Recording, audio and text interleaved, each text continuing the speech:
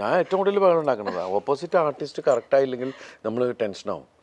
അത് ഞാൻ പഠിച്ചത് എൻ്റെ സീനിയേഴ്സിന് കയ്യിൽ നിന്നാണ്. ഇപ്പം അമ്പളിച്ചൻ്റെ കൂടെയോ ഇന്നസെൻ്റിൻ്റെ കൂടെയോ എൻ്റെ ഏത് ആർട്ടിസ്റ്റുകളാണെങ്കിലും കൂടെ നിൽക്കുമ്പോൾ അവരുടെ ടൈമിങ്ങിന് സാധനങ്ങൾ നമ്മൾ കൊടുത്തില്ലെങ്കിൽ ഉണ്ടല്ലോ അവർ നമുക്ക് അത് ടെൻഷൻ. ദൈവമേ ഞാൻ അവരൊപ്പം എത്താൻ പറ്റുമോ അതിനകത്ത് ഭയങ്കര ഗിവ് ആൻഡ് ടേക്ക് ഉണ്ട്. അപ്പോൾ അതിനകത്ത് എൻ്റെ മനസ്സിൽ ഞാൻ എന്താ ആഗ്രഹിച്ചു അത് ഞാൻ റാഫിയോട് പറഞ്ഞു. റാഫ് ഭായി അത് കറക്റ്റായിട്ട് ആ സിനിമയിൽ വർക്കൗട്ട് ചെയ്യുന്നുണ്ട്. ഞാൻ തന്നെയാണ് ഏറ്റവും അധികം പറഞ്ഞത് എനിക്ക് ജോജുവിൻ്റെ ക്യാരക്ടർ ഇഷ്ടമായി. കാരണം എന്ന് വെച്ചാൽ അതിൽ നന്നായി പെർഫോം ചെയ്തു. അതുപോലെ ഓരോ ആൾക്കാരും സിദ്ദിഖ നമ്മൾ സിനിമ കാണുന്ന എല്ലാവരും സിദ്ദിഖ ഗംഭീരമായി.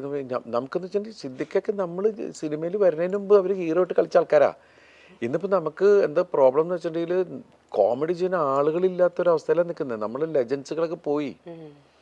ഇപ്പം നമ്മൾ എന്നിട്ട് ചെയ്തിട്ട് ഇങ്ങനെ ചെയ്യിക്ക എന്നൊക്കെ പറഞ്ഞിട്ട് എടാ അത് കുഴപ്പമാകൂടാ അതൊക്കെ ചോദിച്ചിട്ടാണ് പുള്ളി ഇല്ലൊക്കെ. പക്ഷെ തിയേറ്ററിൽ ഇപ്പം ബാലം വക്കീലിലും ഇതുപോലെ തന്നെ സിദ്ദിഖ നീയൊക്കെ കൂടി എന്നെ കോമഡിയാക്കോടാ എന്നൊക്കെ ചോദിച്ചിട്ട് നമുക്ക് കോമഡിയിൽ അത്ര ടൈമിങ്ങുള്ള ആൾക്കാരാണ് അവരൊക്കെ.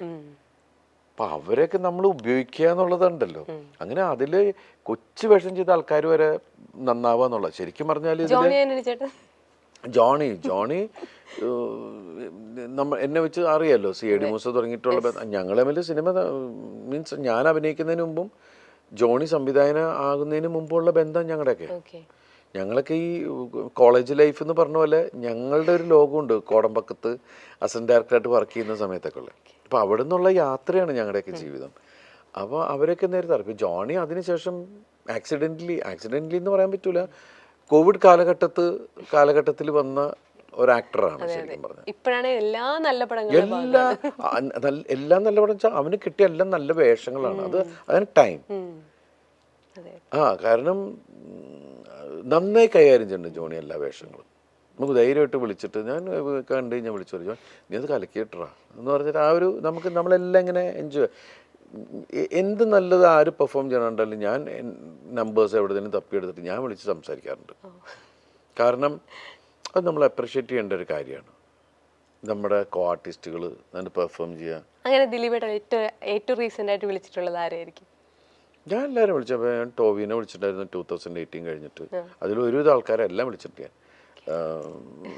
ഇത് ജൂഡ് പിന്നെ ഉണ്ണി മലയപ്പുറം ഞാൻ കാണുന്ന പടങ്ങളിലെ ആൾക്കാർ എനിക്ക് ആരൊക്കെ നന്നായിട്ട് പെർഫോം ചെയ്തിട്ടുണ്ടോ അപ്പം കണ്ടപ്പോഴാണ് ഞാൻ അലൻസിയറായിട്ട് ഇങ്ങനെ നോക്കിയിരുന്നത്. കാരണം ഭയങ്കര ഒരു കട്ടിൽ കിടന്നിട്ടാണ് പെർഫോം ചെയ്യണത്. അത് എത്ര തരത്തിലാണ് പുള്ളി അയാളുടെ ഇമോഷനും അയാളുടെ ഫ്രസ്ട്രേഷനും എല്ലാം കളിച്ചിട്ട് അയാളുടെ എന്താ പറയുക സാഡിസവും എല്ലാം. ഞാൻ പറഞ്ഞു നിങ്ങളൊരു വേറെ ലെവലാണ് കേട്ടോ എന്ന് പറഞ്ഞിട്ട്. അതുപോലെ പോൾ ചേച്ചി, അനന്യ, സണ്ണി എല്ലാവരും പിന്നെ പുതിയതായിട്ടൊരു കുട്ടി വന്നത്. അപ്പം ഏത് സിനിമ എടുക്കുമ്പോഴും ആ സിനിമയിൽ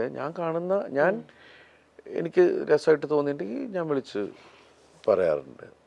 ഇപ്പം നമ്മൾ ഒരുപാട് കണ്ടിട്ടുള്ള ഇപ്പം 2 കൺട്രീസ് ഇഷ്ടം അങ്ങനത്തെ ഓരോ സിനിമകൾ ഇപ്പം ഞങ്ങളൊക്കെ കാണുമ്പോൾ ഞങ്ങൾ വീണ്ടും അത് കാണുന്നു, ദിലീപേട്ടനെ കാണുന്നു, ചിരിക്കുന്നു. അങ്ങനെ ദിലീപേട്ടനെ ഏറ്റവും കൂടുതൽ ആസ്വദിച്ചിട്ടുള്ള കോമഡികൾ തന്നിട്ടുള്ളത് ആരാണ്? അയ്യോ അങ്ങനെ ചിന്തിച്ചു കഴിഞ്ഞാൽ ഈ കാലഘട്ടത്തിൻ്റെ ഇടയിൽ ഇത്രയും നാളുകൾക്കിടയിൽ എനിക്ക് ഒരുപാട് കഥാപാത്രങ്ങൾ തന്നിട്ടുണ്ട്. അത് എൻ്റെ സംവിധായകർ എൻ്റെ തിരക്കഥാകൃത്തുകൾ തന്നെയാണ്. അതിൽ ഏറ്റവും കൂടുതൽ സിനിമകൾ ചെയ്തിരിക്കുന്നത് ഈ പറയുന്ന പോലെ CBK തോമസ്, ഉദയകൃഷ്ണ CBK തോമസ് കൂട്ടുകെട്ടിൽ, റാഫി മെക്കാട്ടിൻ കൂട്ടുകെട്ടിൽ, റാഫി ബായുടെ കൂടെ, ബെന്നിപ്പി നായരമ്പലം അവരുടെ സിനിമകളാണ് കൂടുതൽ. പിന്നെ എനിക്ക് ലോഹി സാറിൻ്റെ സിനിമകൾ വളരെ കുറച്ച് കിട്ടിയിട്ടുള്ളൂ. പക്ഷെ എല്ലാം എടുത്തു പറയേണ്ട കഥാപാത്രങ്ങളാണ്. പിന്നെ ഫാസിസറിൻ്റെ സിനിമയിൽ അഭിനയിക്കാൻ ചാൻസ് കിട്ടി.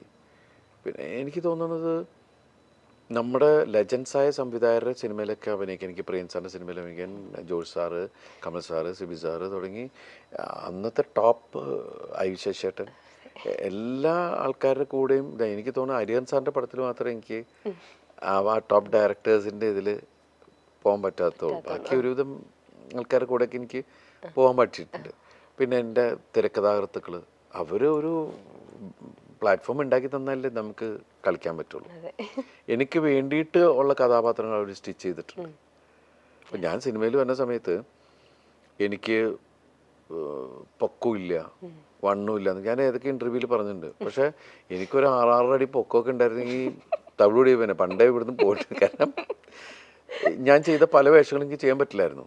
അതെ, ഇപ്പൊ കുഞ്ഞുകൂനനോ ചാന്തുപൊട്ടോ മായാമോഹിനിയോ അങ്ങനെ പച്ചക്കുതിര നമ്മളെ പൊക്കത്തിന്റെ പേര് കാറ്റഗറൈസ് ചെയ്ത് മാറ്റി. എന്ന് വെച്ചാല് അതല്ല, ഒരു നോർമൽ ഇതിൽ നിന്ന് മാറുമ്പോൾ നമ്മള് ഇയാളെന്തേ കാണിക്കണേ എന്നൊക്കെ തോന്നിക്കഴിഞ്ഞാൽ നമ്മള് പക്ഷെ അല്ലാത്തൊരു നോർമലായിട്ട് നമ്മുടെ ഒപ്പത്തിന് ഒരു നോർമൽ ഒരാളാണ് ഞാൻ.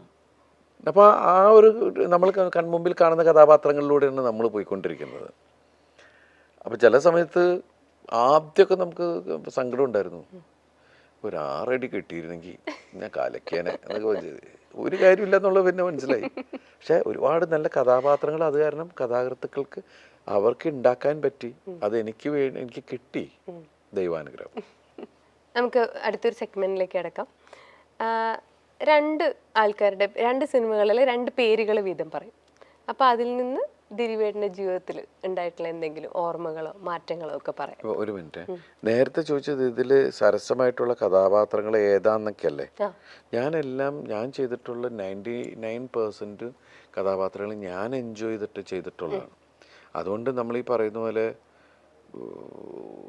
മാതാപിതാക്കളോടൊക്കെയാണ് ഇതിൽ ഏത് മക്കളെ നിങ്ങൾക്ക് ഇഷ്ടം ചോദിക്കണ പോലത്തെ ഒരു അവസ്ഥയുണ്ട്. എല്ലാം ഞാൻ ഇഷ്ടപ്പെട്ട് ചെയ്തിട്ടുള്ളതാണ്. ഞാൻ എപ്പോഴും അങ്ങനെ ആദ്യം എന്നെ ചിരിപ്പിക്കാൻ പറ്റണം മറ്റാൾക്ക്, എന്നാലേ എനിക്ക് വേറെ ആളെ ചിരിപ്പിക്കാൻ പറ്റുള്ളൂ. അങ്ങനെയാണ് നമ്മൾ സ്ക്രിപ്റ്റ് വായിക്കുമ്പോൾ നമുക്കൊരു ജഡ്ജ്മെന്റ്. ഇപ്പം ആദ്യമായിട്ട് ആ കഥ വായിക്കുമ്പോൾ ദിലീപായിട്ട് അല്ലെങ്കിൽ ആ ഒരു ക്യാരക്ടറായിട്ട് നമുക്കത് ഒരു വേറെ ആളുടെ വ്യൂ പോയിന്റിൽ നിന്ന് കണ്ട് നമുക്ക് ചിരിക്കാൻ പറ്റുമെങ്കിൽ മാത്രമല്ലേ അത് പ്രേക്ഷകരിലേക്ക് വർക്കാവുള്ളൂ. ഞാൻ എൻ്റെ റൈറ്റർ അല്ലെങ്കിൽ എൻ്റെ ഡയറക്ടർ അതിനെക്കുറിച്ച് സംസാരിക്കുമ്പോൾ ഞാൻ കഥ കേട്ടിരിക്കുമ്പോൾ തമാശയാണെങ്കിൽ തമാശ ആവണം, ഞാൻ ചിരിക്കണം. ഞാൻ കഥയൊക്കെ ആയിരിക്കണത് എന്നാൽ പിന്നെ ചിരിപ്പിക്കും നിങ്ങളെന്നും പറഞ്ഞിട്ടാണ്. കാരണം എന്താണെന്നറിയോ, ഞാൻ ഇതുമായിട്ട് വരുമ്പോൾ എന്നാൽ പിന്നെ ചിരിപ്പിക്കുന്നു പറഞ്ഞിട്ട് അവരിയ്ക്കണേ ഓഡിയൻസ്. അതെ അതെ തീർച്ചയായിട്ടും. അപ്പൊ എനിക്ക് ചിരിക്കാൻ റെഡി ആയിട്ടാണ് ഇരിക്കുന്നത്. അവർ ചിരിക്കാൻ റെഡി എന്ന് വെച്ചാൽ അതിൽ കാര്യം ഉണ്ടാവണം. ഇപ്പൊ നേരത്തെ തന്നിരുന്ന ഒരു എന്താ പറയാ, നമുക്ക് തന്നിരുന്ന ഒരു എന്താണ് അതിന് കറക്റ്റ് വേർഡ് പറയുന്നത് വെച്ചിട്ടുണ്ടെങ്കിൽ റിസപ്ഷൻ ആളുകൾ എന്ന് വെച്ചാല് ഒരു പരിഗണന എന്നൊക്കെ പറയില്ലേ. ഇപ്പൊ എന്തെങ്കിലും തമാശ പറഞ്ഞാലും ആ പോട്ട് ചിരിച്ചു വിട്ടേക്കാം എന്ന് പറയാം. പക്ഷെ ഇപ്പൊ എന്ന് വെച്ചിട്ടുണ്ടെങ്കിൽ അതിന്റെ ഇത് കൂടി. കാരണം എന്ന് വെച്ചിട്ടുണ്ടെങ്കിൽ ഉത്തരവാദിത്വം കൂടി എന്ന് വെച്ചിട്ടുണ്ടെങ്കിൽ നമ്മൾ ദൈവമേ ചിരിക്കണേ. കാരണം എന്ന് വെച്ചിട്ടുണ്ടെങ്കിൽ കരയിപ്പിക്കാൻ എളുപ്പാ. നമ്മുടെ പ്രാരബ്ധം പറഞ്ഞാൽ മതി, ചിലപ്പോൾ സങ്കടമായിട്ട് കരയും. ചിരിപ്പിക്കൽ വലിയ പണിയാ. അത് ചിരിപ്പിക്കുന്ന ആരാണെങ്കിലും, ഞാൻ ഭയങ്കരമായിട്ട് ചിരിക്കാൻ ആഗ്രഹിക്കുന്ന ഒരാളാണ്.